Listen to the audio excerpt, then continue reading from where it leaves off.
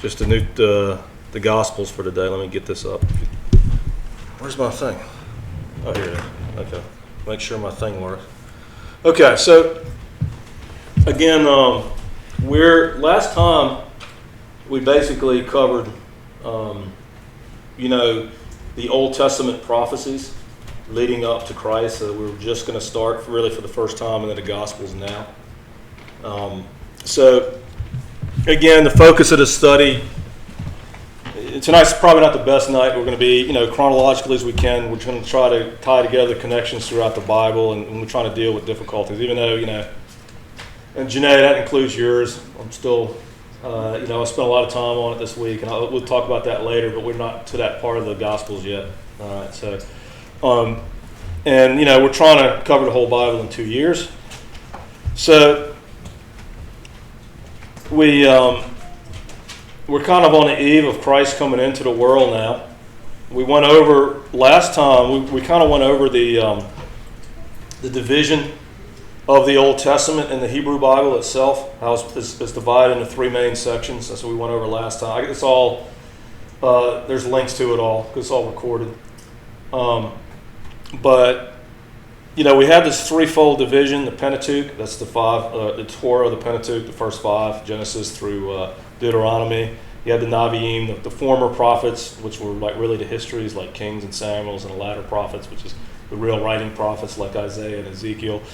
And then the Ketuvim is the writings kind of dominated by the Psalms and Proverbs, but a lot of miscellaneous things, including Daniel. Very unfortunately, we just didn't have time to get into Daniel, how his prophecies were leading to Christ, which is pretty good, but at some point we'll get to that.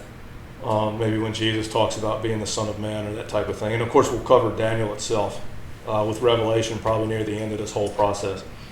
But what I want to do is, since we got these three major divisions of the Old Testament, I want to review the last words of each of these three divisions. So what was the last thing that was said in the Torah? What was the last thing that was said in the prophets, which is basically the last thing that was said in the Bible at all as far as a direct word from God, the Old Testament, at all as far as a direct words from God. And what was the last thing that was said in the writings, in the order that the writings are in Hebrew? It's a little bit different than we would expect as we went over last time. They kind of see this kind of gives you a sense of how everybody was kind of waiting for the next shoe to drop on the eve of Christ's birth. Not, that doesn't include Daniel's prophecy, which really got it to the very year, but we'll just get into that. So, if you remember, we talked about all these prophecies, and Moses in Deuteronomy had said the Lord's going to raise up for you a prophet, like me. You better listen to him. And it says, is based on their request for a mediator, Moses had said. And I'll put my words in his mouth, and he'll speak all I command him. But if you go to the very last words of the Torah, it's this. At the very last verse of Deuteronomy, the whole thing. But since then there has not arisen to Israel a prophet like Moses, whom the Lord knew face to face with all these signs. And this statement, and etc. Even in this statement that was made at the very end of the Torah, it's the very last thing you read. Moses saying God's going to raise up a prophet like me. The last thing is, since then there's been nobody that had the mighty sons that Moses did, and that would include even Elijah and Elisha for all their mighty works. It was, the Jews were still expecting that, hey, there's been nobody like it. That's why Jesus, they kind of tried to go say, we're followers of Moses. Who are you? Later in the book of John. But this is an interesting verse because I just remember years ago I was living in California. I was actually living in Berkeley. And I got involved in. I became a student of a seminary there just to try to dive in. Really, to be honest, some of the most unbelieving theories about the Bible and kind of the cutting edge of all, so I could fully understand it and deal with it. The way I needed to. And so I was about to start this school. One of them was the Pacific Lutheran Theological Seminary. It was like a consortium of 8 schools. But this was way up at the top of the Berkeley Hills. And I remember one night I left my apartment. which was in Berkeley, and I just walked there, and I walked this is very lengthy, like 3-hour walk up this hill. And I was prayerful. I was like, I'm going to look at this place, and it's going to be beautiful. I mean, it may not be the most believing place right now. It's going to be beautiful, and, I want to go there and pray and see if I can hear something from God. So I went there, and I went into this kind of this courtyard that led into this seminary, and there was a fountain, and there's like a big sculpture of there's a fountain running over it, and a big sculpture of like a mighty Moses like raising up his staff and all this, by the Red Sea. And basically it quotes this verse right here. Or these three verses, the last three verses of the Torah. So that was very interesting. So it's always stuck in my mind. Now, what's the last words of the prophets?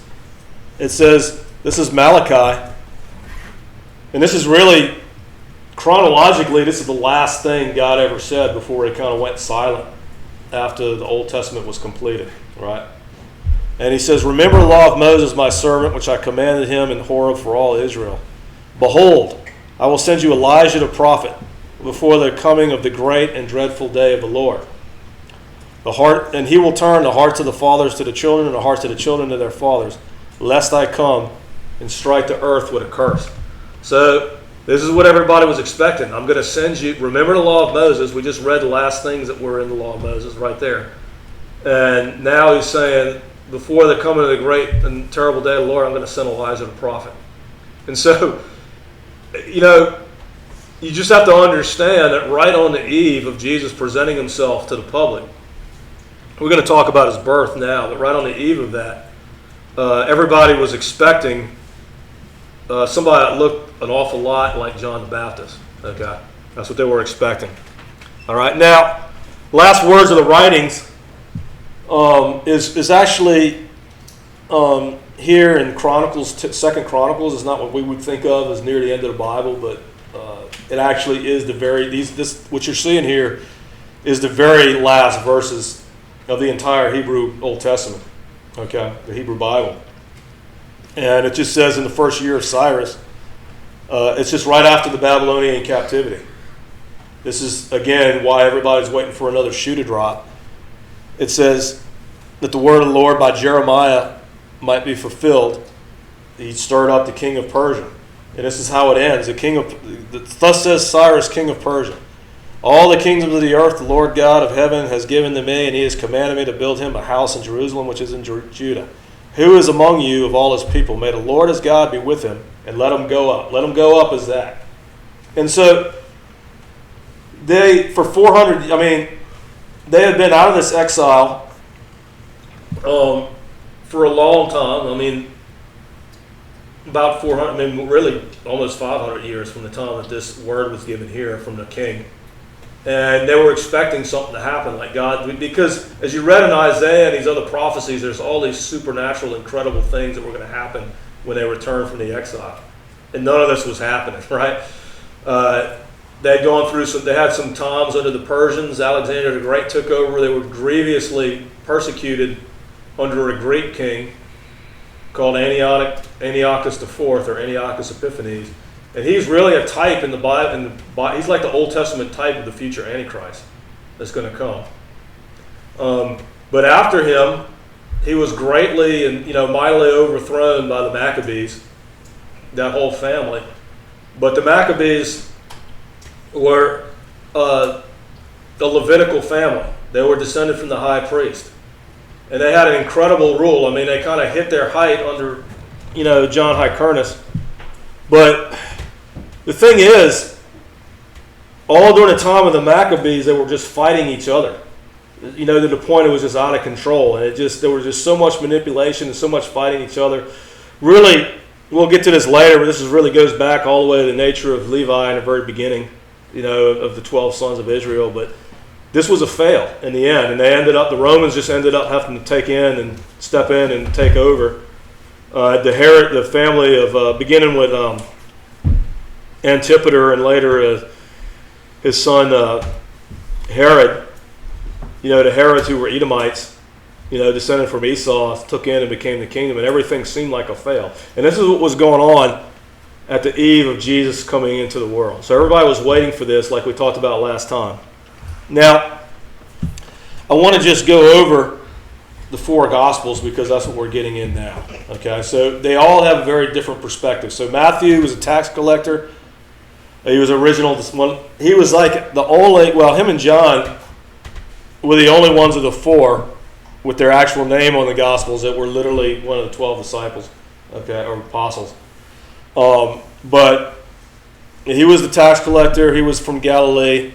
He grew up kind of near, relatively near to where Jesus was. You know, if you imagine like, Capernaum being like Baton Rouge, and you know, you can imagine Nazareth kind of being like, Watson or something like that. You know, relatively near, but Mark was a nephew of Barnabas. His wife was kind of a pretty well, not his wife, his mother was a relatively wealthy widow. But Barnabas, who we're going to see in the book of Acts, also known as Levi, he was his cousin, and he had a business in Cyprus, but he would come there into Jerusalem from time to time where kind of John Mark's family lived. And the thing about Mark is, you know, he went with Paul and Barnabas. He got rejected by Paul, you know, ended up going off by Barnabas. We're not sure what happened there, but later in life, we know from church historians that Mark became very closely associated with Peter. We also hear a bit about him in the Gospels, too, being associated with Peter and Paul. At some of his very last letters say, hey, send Mark to me, he's useful, you know. But Mark was very closely associated with Peter. And so all the church historians like Irenaeus and Eusebius and these guys, they would say that Mark was basically Peter's translator, okay? Which I don't think Peter ever knew Greek. I think it's very clear that basically everything that Peter was involved in as far as something written, he was obviously always translated, because people are arguing, like, how could the same guy have possibly written, like 1 Peter and 2 Peter and that type of thing. But it's because Peter was always using a translator, that's why. In this case, Mark was Peter's companion. He would go with Peter to places like Rome and stuff like that. In the process, Mark got his gospel very much from Peter. And so the Gospel of Mark very much reflects the Apostle Peter's point of view. Okay. Similar to that, Luke is probably the only Gentile author of any book of the Bible at all, which is two, Luke and Acts. You know, it's like Acts is kind of Luke part 2. But he was a Gentile, he was a Greek doctor. And he was a companion of Paul, so that's why he was able to give a lot of detailed information in the book of Acts. And I'm pretty sure that Luke wrote his gospel during that time that Paul was in Jerusalem waiting to be sent to Rome. When Paul went to Jerusalem trying to bring an offering, there was a riot. This is in the early 60s, like maybe around 60 itself, 60 to 62, around this time frame. And so at that time, Jerusalem is really veering towards all-out war with the Romans. It's getting close. But Luke is there with Paul during that time that Paul was imprisoned there. And he spent a lot of time with people just gathering all this information for his gospel. He got a lot of his information from Mark, but he got a whole lot of information that wasn't in the other gospels that were there at that time, which I think it's clear that Matthew and Mark were already out by the time Luke was writing his gospel. And he was writing in the 60s. That dates all these gospels very earlier than sometimes supposed. Okay. A lot of people think that Matthew and Luke both got their stuff from Mark. I don't believe that's true. I've been comparing Matthew and Mark a lot, and I can see there's really some clear differences. And here's the thing. Well, we'll get to this when we talk about Matthew, but let me get to my slides about this. And of course, we have John, that close disciple of Jesus, brother of James, and he was also from Capernaum. Matthew was probably from nearby. Matthew's tax station was probably set up in Capernaum if he didn't grow up there. And so there we go with the 4. So looks like I got a double slide here. Well, no, I don't.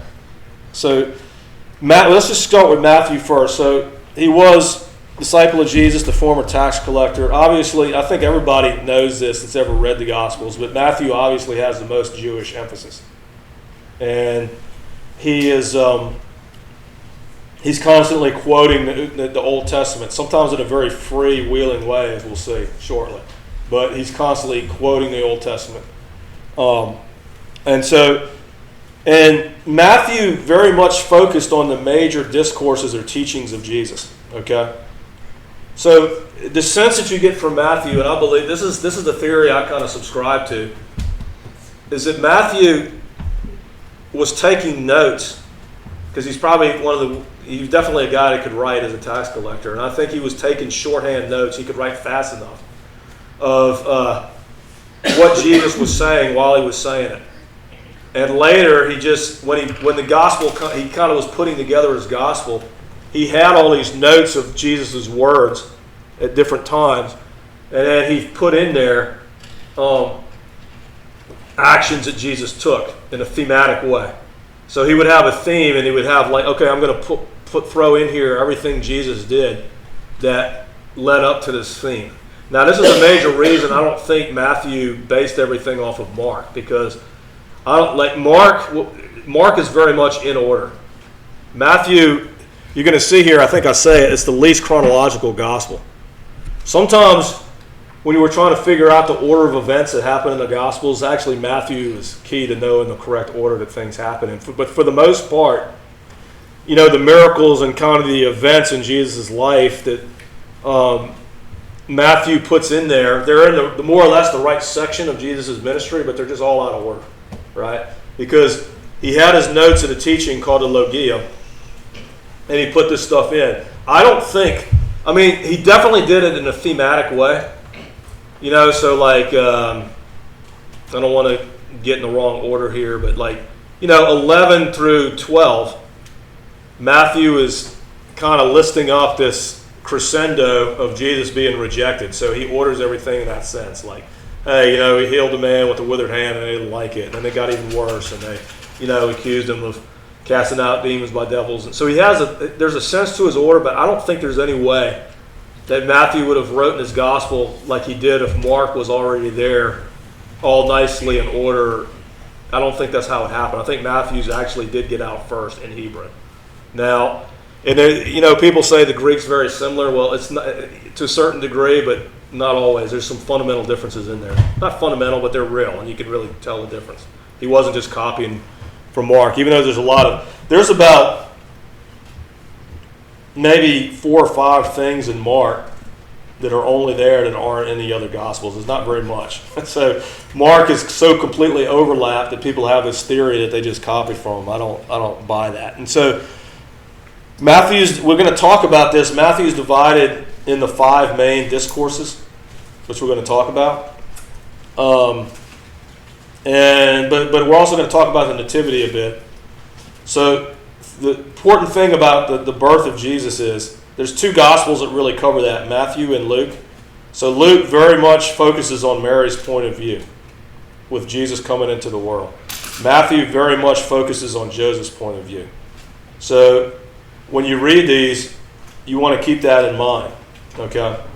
And that's why they kind of cover different material as far as, the nativity and, basically the whole Christmas story and that kind of thing.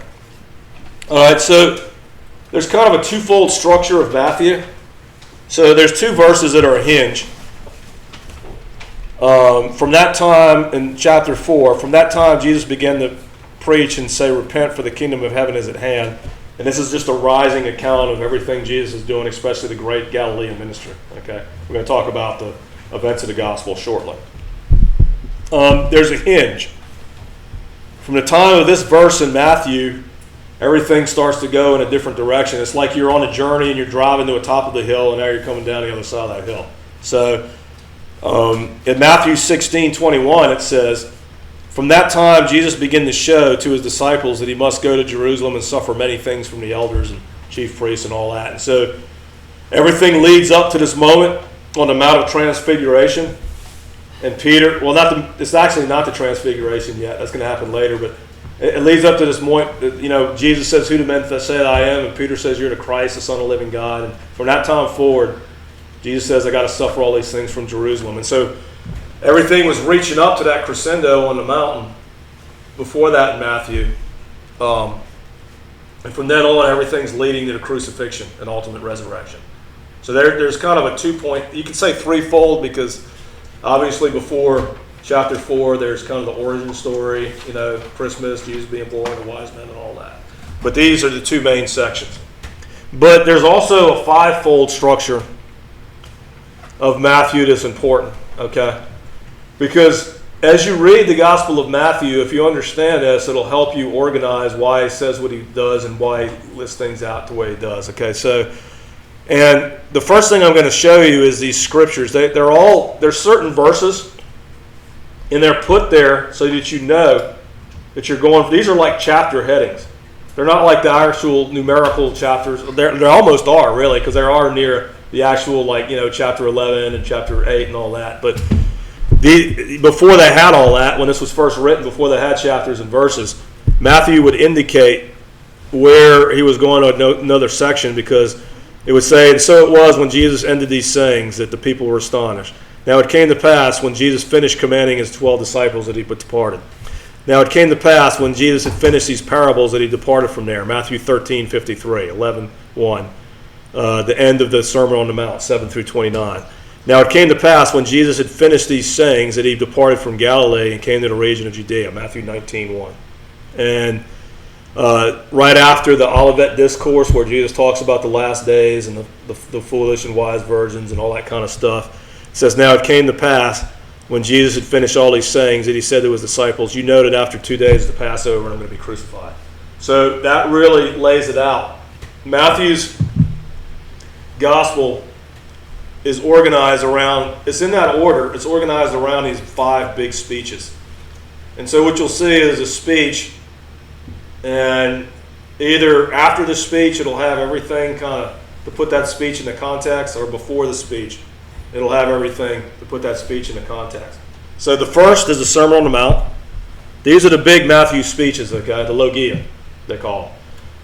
So the first is the Sermon on the Mount. I think most people have heard of that. He gives the Beatitudes, blessed are the poor in spirit, etc. Turn the other cheek. Any man who looks at a woman, the lust after her has committed adultery in her heart. Consider the lilies. Don't worry about, how you're going to be clothed or how you're going to eat. Consider the lilies and the birds of the air. All that stuff, right? Judge not, or you'll be not judged.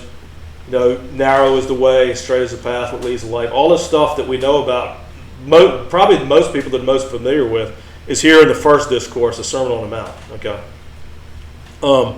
and that is like Mount Sinai. Well, we'll get to it when we get to it.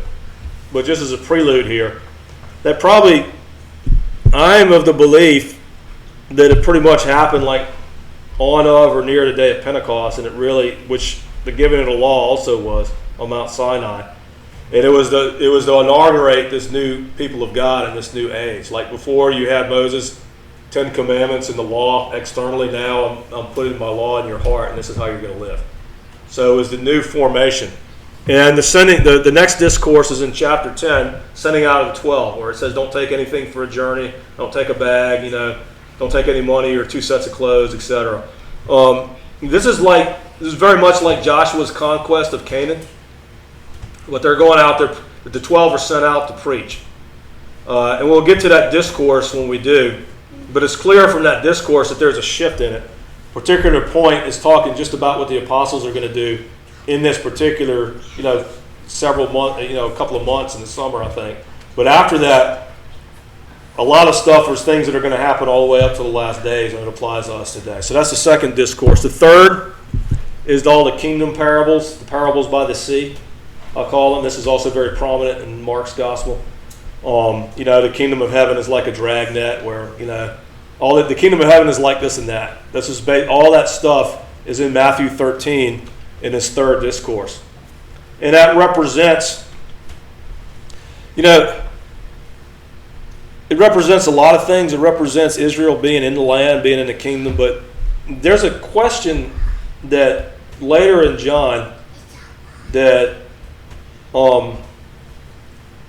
Not Judas Iscariot, but the other Judas, John says, ask a question that says, how is it that you revealed what has happened, he says, that you revealed yourself to us and not to the whole world? Saying, why are you talking about all this spiritual things when we thought that you were going to come and set up a political and military kingdom here. Because there is going to be a political and military return of Jesus Christ. That's what we're all looking for. That's what we're hoping for every day when that happens. The second coming of Christ, that's the political and military return of Christ. But all these parables by the sea are really answering that question in a sense. And they're saying what the nature of the kingdom of God is going to be until it finally ends. And of course, the great central thing of that is the parable of the harvest. God says, don't pull it up now, wait till the end of the age. And the angel is going to separate the good from the wicked, and the wicked will go in hell, and the righteous will go into heaven. Discourse 4 is the shortest. It's mainly Matthew 18 is kind of the life of the church. The things about, hey, if you have a grievance, bring 2 people, and then bring it to the church. Those type of things are in there. And then the big one, a very big one, is Discourse 5. It's the Olivet Discourse. There'll be, what is going to happen at the time of the end. When you see the abomination of desolation spoken by Daniel the prophet, flee the hills and all that type of thing. That's very long because it's 24, 25, 24 and 25. It's 2 whole chapters, not even including all his denunciations of the Pharisees in chapter 23. So this is the 5 discourses of Matthew. If you put those blocks around it, you really have 7 sections, but these are the 5 core in the middle, okay? So let me just ask y'all, what do y'all think of when you think of the Gospel of Mark? Like Caitlin, what do you think about the Gospel of Mark?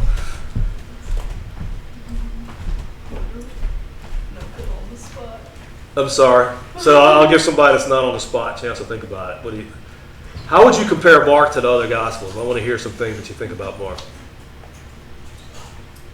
Of course, there's a big old cheat sheet right up there. But I want to hear from you without looking at the cheat sheet. I'm just saying before you. Okay, Justine, what do you think about Mark? I don't know anything about Mark at all. Well, that's very discouraging. So what does somebody else have to say? We need a chance to recover from that. So what do you have to say, Kate? I will say, I can't really read that. I don't have my glasses on. I'm so sorry. We just got to get a bigger TV here. It's fine. Yeah. I will say that it's a bit more, it goes into more depth than the other Gospels. In what way? Like, I feel like he just has more descriptions than the other Gospels. You read that. You're right. You're right. And so here's the thing. That's a strange thing to say because Mark is it not the shortest gospel? It basically has the least to say. So in what way is he more descriptive? Well, we'll get into that, I guess. Because actually what you're saying is true. I wouldn't have put it up here. Mark is very action-packed. So Matthew is written in the Jewish style, okay? Mark is written very much in the Roman style. It reads a lot like a very famous book that Julius Caesar wrote called The Gallic Wars, where he's given an account of how he took over like what's now like modern-day France and Belgium and all that, which at the time was called Gaul. Julius Caesar himself personally wrote this book, and it's every second year a Latin student works on it and translates it, okay? But the thing about it is very action-packed and fast-moving. I did this, this happened, and bam, I came in here and did this, right? And that's the way Mark flows. He's very much writing to a, kind of an action-packed Roman audience, or really people that are focused on kind of getting the job done in a hurry. And he presents Jesus in that way. So he has a lot of explanations for the Gentiles. But again, his gospel is really from Peter. Everything that he's putting is the stuff that he got from Peter. So that extra detail that you're talking about is really because he got so much from Peter's point of view. So what makes it shorter is he doesn't have as many speeches as Matthew does. And he doesn't have as many parables as Luke has. And he doesn't have all the long conversations that John has. So he just focuses on the core of the story. Right? So if you're trying to get your mind around the 4 Gospels, Mark's not a bad place to start because it basically gets everything in order for the most, not everything, but for the most part. It's kind of that backbone that you can build in your mind of understanding what really happened in Jesus, I believe, around 3.5 years of ministry. Okay. So it's not a bad idea to read it first, okay? Luke. So Luke, I'm just beginning with the first slide, from before. He was a doctor, companion of Paul. He focuses on the human side of things. But John very much focuses on the divine side of things, as we're going to see. And he also focuses on the second birth. Luke is the other side of that. Luke very much focuses on how you should act, kind of normally in the world, just basic human ethics. You'll see a big difference between how he presents what John the Baptist says versus Matthew and Mark. Okay? And so his is the universal gospel. Okay? Designed to reach the whole Gentile world, and also, it just has that Greek feeling to it, that Greek mindset of universal human values. Okay? And so, that gives it the prophetic perspective. Okay? Whereas Matthew very much has that kingly perspective, and Mark is that action going into the land, but very much focused on the disciples and with the things that they did. It's got that, kind of elderly or apostolic or whatever emphasis. So Luke focuses on a particular, he shines in a particular part of Jesus' ministry, which we're going to get to in another slide. But so he has a whole different set of parables and the teachings that the other gospels don't have. Okay, and nativity. When we talk about Jesus being born and getting born, remember that they're coming into the world. Remember, Matthew is very much from Joseph's point of view, and Luke is very much from Mary's point of view. And there's more than that. Luke is. I'm not going to say Luke is a womanly gospel, but it just focuses on the female side way more, than any of the other gospels. You have people like, R.C. Sproul that says, hey, Luke's kind of like the ladies' home journal, gospel or something like that. And it's true, right? You see a lot of details in Luke, Like, you see in Luke that basically Jesus' ministry was financed by women, which is kind of unusual, and we don't think of that, but that's true. That's how the whole thing was financed. So you get that focus. And then, of course, Luke has the greatest coverage in the Perean Judean ministry. Okay. So before I get to John, I just want to compare kind of the things I'm saying about. So we're going to go through two kind of stories. So here we got the man with the withered hand. Is it? Yeah. So here we got. Now you're really not going to be able to read this. I got to get a better screen. So I'm going to read it to you. It says, so Matthew says, when he departed from there, he went to their synagogue, and behold, there was a man who had a withered hand. And they asked him, saying, is it lawful to heal on the Sabbath, that they might accuse him? Then he said to them, what man is there among you who has one sheep, and it falls into the pit on the Sabbath, will not lay hold of it and lift it out? Of how much more value then is a man than a sheep? Therefore it is lawful to do good on the Sabbath. Then he said to the man, stretch out your hand, and he stretched it out, and it was restored as whole as the other. And the Pharisees went out and plotted against him, how they might destroy him. So here we're going to do the same story 3 different ways here, for me to try to give you a sense of how the Gospels handle things. Okay.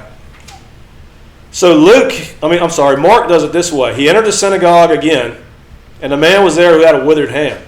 So they watched him closely, whether he would heal him on the Sabbath, so they might accuse him. And he said to the man who had the withered hand, step forward. Then he said to them, is it lawful on the Sabbath to do good or do evil, to save a life or to kill?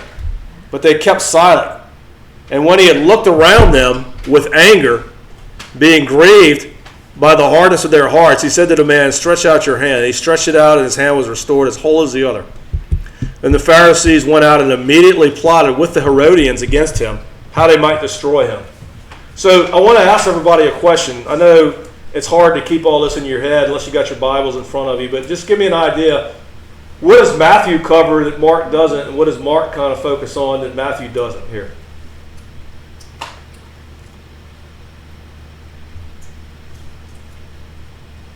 Jonah. Do you mean Matthew and Mark? Matthew and Mark only. We're going to look at Luke in a second, but yeah, Okay. In this particular story only. We can flip back and forth, but it's about Mark clearly has more to say. It's longer. It's going to be more obvious when we get to another little example here. But if we go to Matthew, it just doesn't have all this, like Jesus looked at around of them in anger, being grieved at his heart. It just said the Pharisees went out, not the Pharisees and the Herodians, to plot how they might destroy him. It's got a lot more. He has the man step forward. Well, yeah, I mean, in the middle, he looks at everybody with anger. It's very dramatic. Okay, Matthew doesn't really cover all that. He just gets to the point right away, and he adds a little bit. He adds that what man is there among you who has one sheep, and if it fall in a pit on the Sabbath, will not lay hold of it? Well, Mark doesn't really talk about that because he's trying to tell the story of what Jesus actually did and how everybody felt. You understand? And what was going on in that room. You're going to see that throughout all these. Matthew remember, he's taking notes of all the teachings. And it's later that he kind of put together, probably from memory, maybe from talking to other people, what actually happened that lived up to that. Whereas Mark spent many hours with Peter trying to get the actual story right, what actually happened. Okay? So and you can see that in here. We'll go to Luke. Luke is kind of in between. He doesn't have as much teaching. He notices that the guy's right hand was withered, right? And so Luke, being a doctor, with these diseases and these infirmities, he always has a little more detail than the other gospel writers. He knows that the right hand was withered. The scribes and Pharisees watched him closely. Jesus knew their thoughts, but Jesus just kind of talks to him. He doesn't look around in anger. It doesn't talk about how he's grieved in heart. It just talks about how Jesus kind of calmly and collectively tells the Pharisees what he thinks about this. Although the Pharisees, Luke does say, were filled with rage when they went out of there and tried to plot how to destroy Jesus. But that kind of gives you a sense of it. Here's, we're looking at the paralytic that gets healed now in Matthew, in this section. Are y'all able to read this, or are y'all able to see the screen pretty much? Okay. So, the paralytic comes in Matthew. Jesus says, he didn't even say anything about the roof at all. Like, we know that this paralytic, there was a big crowd. We're going to find out from Mark. And he was lifted down. There's this big, huge story about how this happened. Matthew doesn't say any of that, actually. It just says he saw a paralytic. He saw their faith. The guys brought him on a bed, and he says, be of good cheer, your sins are forgiven. And, it's 7 verses. We get into Mark. It's smaller because now there's 12 verses. And he goes into the whole story about, you can see it's significantly longer than what we just saw in Matthew, just by how little these letters are. Should have made it 2 slides. But you see here, he gets into this whole story about how there was a crowd, how they got on the roof, how they had to dig through the roof, how they lowered them down, that Jesus was amazed by their faith. And so you can kind of see the distance there. It's the biggest description of all. And again, Luke is kind of in between the two. The guys brought him on a bed. They let him down through the roof. Not a whole lot of details about digging through it. And some discussion about the discourse about the man being paralyzed and that type of thing. Okay, so John, to finish this out and get into the Gospel of John, he was a disciple who Jesus loved, constantly described. He was very personally close to Jesus. Of course, he has a spiritual focus on two sides. John's spiritual focus on his gospel on the God side is that how Jesus was the eternal Word of God, the Logos, how Jesus was God. Very extensive speeches about how Jesus was God and man at the same time, who Jesus was. All right, on the human side, John is being spiritual by focusing on the need for a new birth, that we must be born again to make it in the kingdom of heaven. There has to be a true transformation on the inside. So we hear about being born again, how nobody can come to me unless the Father draws me. All these things that are in the internal, so the human heart, on that side, John also focuses on the spiritual.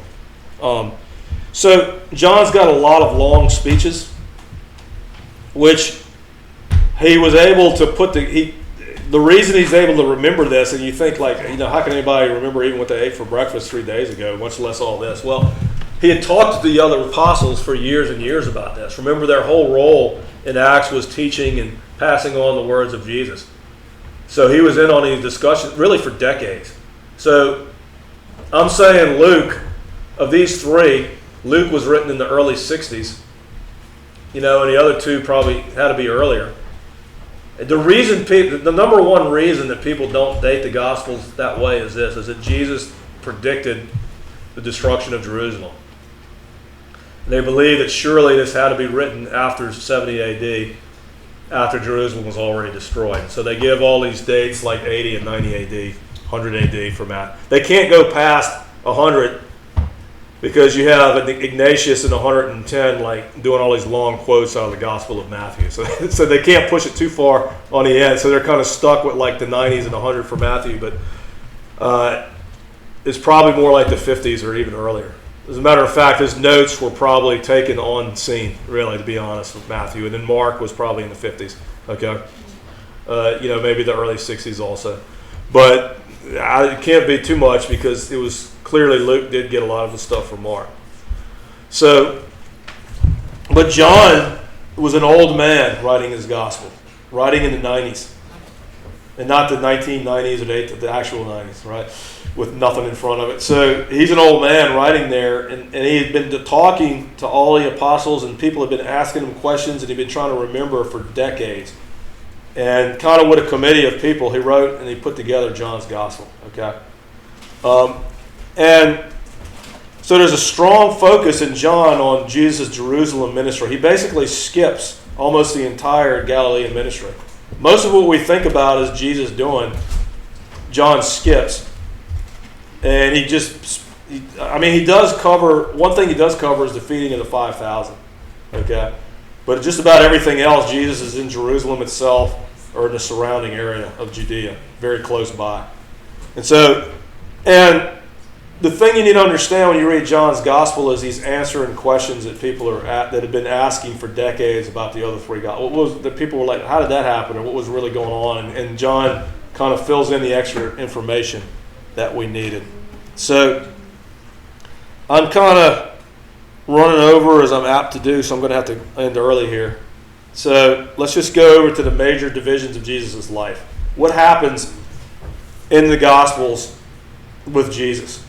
So first of all, the nativity. That's all the Christmas wise men stuff, right? I think we know that, okay? The early Judean ministry, this is something that John and John only talks about. So without the Gospel of John, we would know nothing about like the things that Jesus was doing before John the Baptist was put in the prison. Okay, so that's only in John. The great Galilean ministry is what most people really think about, when watching the Jesus movie or whatever. I mean, that's the main ministry in Galilee, centered out of the city of Capernaum with all the fishermen stories and all that kind of thing. And I mean, obviously, Matthew, Mark, and Luke both cover that extensively, but Luke is trying to get to some other stuff, and he's only got so much room on a scroll. So Luke kind of skips through the great Galilean ministry to try to get to Perea, but he covers basically the same stuff because he wants to put things in order and in context. And he does tell stories in the great Galilean ministry, like the widow of Nain, that you wouldn't hear about anywhere else. But Luke is kind of in a hurry to get somewhere else. So we'll talk about next week. There's kind of two major divisions of Luke's gospel. So there's the great Galilean ministry. There's the retirement. So this is when Jesus leaves, kind of after the feeding of the 5,000. His popularity starts. He says some hard things. His popularity starts to go down, and he kind of leaves the area. He goes up north to Tyre and Sidon, and then he goes to Caesarea Philippi, and the apostles are wore out, and it says, let's get out of here, let's take some time off and really get down on some things. So it's like, who the men say that I am? Peter says, you're the Christ, the Son of the living God. The transfiguration, all these things happen during the retirement. All right? Jesus comes back to Galilee, kind of secretly. He does a few things there, and then he goes in this extended ministry. Now, let me just say this, part of the great Galilean ministry is when he sends out the 12. before he goes into this Perea and Judea. Perea, I should have a map for y'all. Does anybody know where Perea is? Okay. So Perea, what? No, I'm so sorry. This is a fail of my Bible study. But I should have had a map. So Perea, I'm going to show you that next time, I promise. But Perea is on the other side of the Jordan River in territory that was Jewish. So in the Old Testament, it would have been where like Reuben and the half tribe of Manasseh and Gad were. It's where Elijah was from and people like that. But it's on the other. It would be in Jordan today. It wouldn't be in Israel at all. Not even in the West Bank. It's on the other side of the Jordan River. Okay. What? East Bank. East Bank. It's the even Western Bank is what it is. I'm sorry. It is, no, I'm sorry. You're right. It's the East Bank. Exactly. It's the East Bank. I'm befuddling myself here because I went too long. So a bunch of stuff Jesus did in the last 6 months, Luke only really fills that. I mean, you get a little bit of it in Mark and Matthew, like he talks, the rich young ruler, and he talks about marriage and divorce, but very little. But Luke just really fills that whole period of time out. Here's why. Luke was writing this and gathering all this information while Paul was in prison for an extended period of time in Jerusalem. Later in, I think Caesarea, I'm not remembering right, but he spent a lot of time with the people that settled in Jerusalem, the believers, including a lot of time with Mary. That's why he gets all this inside information from Mary's point of view. Okay, and when I was saying spending time, I mean gathering information and interviewing people. Okay, and then the last thing, of course, is the Holy Week. Jesus, Palm Sunday, the Last Supper, the crucifixion, the resurrection. Those are the main divisions of the gospel. So I expected to get further of this, but we're just going to roll into the nativity next time. But any questions before we close out here about any of this? You feel this is useful? You learned some good information? All right. So let's shut this down, and we're going to have a time of prayer again. Let me successfully shut it down.